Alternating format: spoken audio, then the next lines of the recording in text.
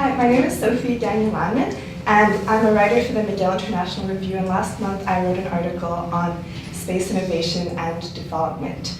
And to complement it, the McGill International Review decided to invite 3 McGill students that are active in the space sector to discuss and allow us viewers to gain more knowledge on the matter. So with impressive innovations like SpaceX successfully launching its first reusable rockets and many company and governmental plans to head to Mars in the upcoming years, the industry seems to be advancing at a very fast rate. So I want to start off our discussion by asking what are other notable developments and innovations in the space sector, and who are the main players? With the privatization of space, it means also the miniaturization of space. And so that involves sort of making a bunch of satellites a lot smaller. So back then, a couple of years ago, 10, 15 years ago, we were building, not that long ago, we were building these ginormous satellites that were worth millions of dollars and would cost a lot of money to launch.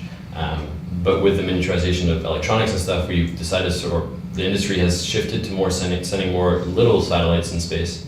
And so you've got a bunch of companies that are using this miniaturization to send up cheap satellites, or cost-effective satellites, I guess, and send up fleets instead of big satellites. Also, I think being able to land rockets now, SpaceX, Blue Origin is working on, there's a couple other companies looking at landing rockets and being able to reuse their rockets. And although this is already starting to make an impact on the cost of going to space and how we see getting into orbit, but I think in the future it'll continue to have an effect, and it'll be exciting to see how reducing the cost and how accessible space is, how that's going to impact the industry. That's the thing, space is becoming more and more accessible, be it for anything, not just for the government, but also for people, right? We're speaking about space tourism, about asteroid mining. These are all things that would have never been possible in the past because it costs so much money to put something in space. The barrier to entry in space was so high. Now it's becoming cheaper with miniaturization and reuse. There's a lot of research and investment, particularly with regards to space mining and gravity tractors, what they call pulling the asteroids towards Earth orbit and bringing back to Earth for natural resources.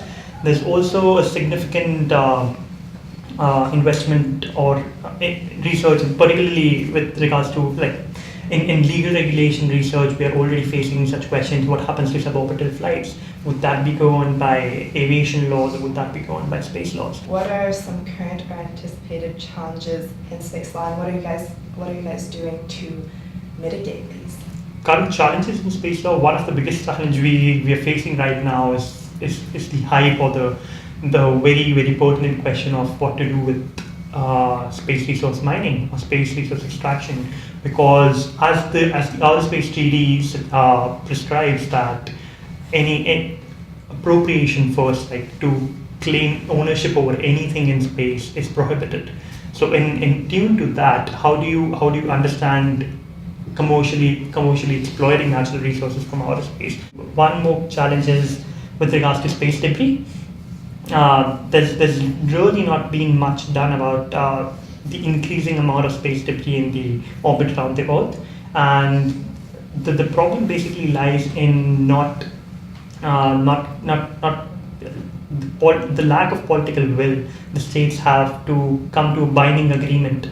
So every state today, which is a spacefaring nation in particular, they are very self-interested, and everybody is looking to their own self-interest. Nobody is coming together. Not all countries are coming together to sit down and to conclude that this is a legal obligation that you have to follow, and mitigation or prevention of creation of space debris. One of the challenges that we found with advancing technological progress is that some other disciplines or faculties are not necessarily falling behind, but aren't thinking about the problems that technology is eventually going to put us in. Musk's idea to get to Mars by 2024 or whatever it is really cool, and I think we look at it as much and we say, we shouldn't rush. We should also think about all the other schools of thought. But by also sort of saying, let's make the technology to get there by 2024, it's also what might get other disciplines to feel oh, okay, so this is happening now, and we need to think about this now. And so, what we're saying isn't halt technological progress, because in a lot of times, like technology showing itself and saying, hey, we're almost gonna, we're almost ready to do this, has really made other disciplines and other schools of thought sort of, sit down and say, okay, now it's time to figure this out, right? And I think that before they sort of realize that, even this, if they start working together now, before hitting the wall of, oh, well, we have a rocket to go to Mars, let's rush to figure out all these different things. And what type of conflict could we expect from this? In outer space? Between Earth governments once they're out in space, yeah. Well, you could always argue that there would be a race to colonize planets. There would be a race to, but it again depends, like how the political will flows and how the political climate flows, and it also relates very well to what is happening on Earth. If the Earth is going in a bad way, like it is becoming uninhabitable, it is becoming unsustainable, then these questions would become smaller, and I think the very existence of humankind would be would be in question, and that is where the outer space as a second option would basically come into picture, and maybe those objections from non-spacefaring nation would not seem as big as they would otherwise. So a lot depends on a lot of factors which may come into play. I hope that we remain that space remains sort of a united venture. That is my personal hope, and I like to be optimistic about that, about the fact that if we go to Mars one day, it's as a society, as an international society, and hopefully we don't get to a Absolutely. point where it's Star Wars, basically. Yeah, absolutely. I really do believe outer space treaty, like the law which has been going to outer space since so long, is a phenomenal international instrument, and there are very few international legal texts which are as phenomenal and as it really was a vision to create outer space as a domain which is not a domain of conflict, not a domain of let's say militarization, weaponization. It is a peaceful venture and for benefit and interest of all humankind, and I really hope it remains that way, and I think everybody hopes it remains that way. Back to McGill, how do different McGill space groups collaborate to further the cause of space exploration?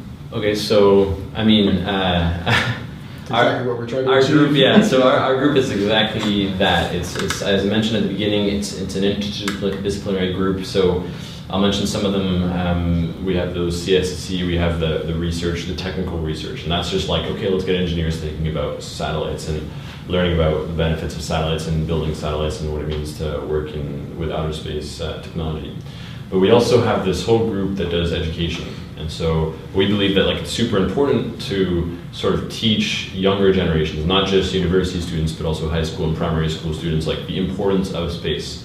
And so we have sort of education students as well as physics and math students that go to summer space camps or summer camps or just high schools and primary schools, and that do little experiments and just get the community talking about space and why it's important. And not just its technical aspects. And not just its technical aspects. And so we also partnered this summer, or I guess our group and other groups at McGill and also at Concordia and Polytechnique created the Montreal Student Space Associations, MSSA. And the reason why we did that originally was because we wanted to create a symposium in Montreal to talk about space, and which we did do, yeah. Actually, Bahar was one of the speakers. Bahar was one of the speakers, and so we organized this with the MSSA, or we were part of the MSSA, and the MSSA organized this big event. That's another thing, and that goes under our division of McGill Space Group Conferences division.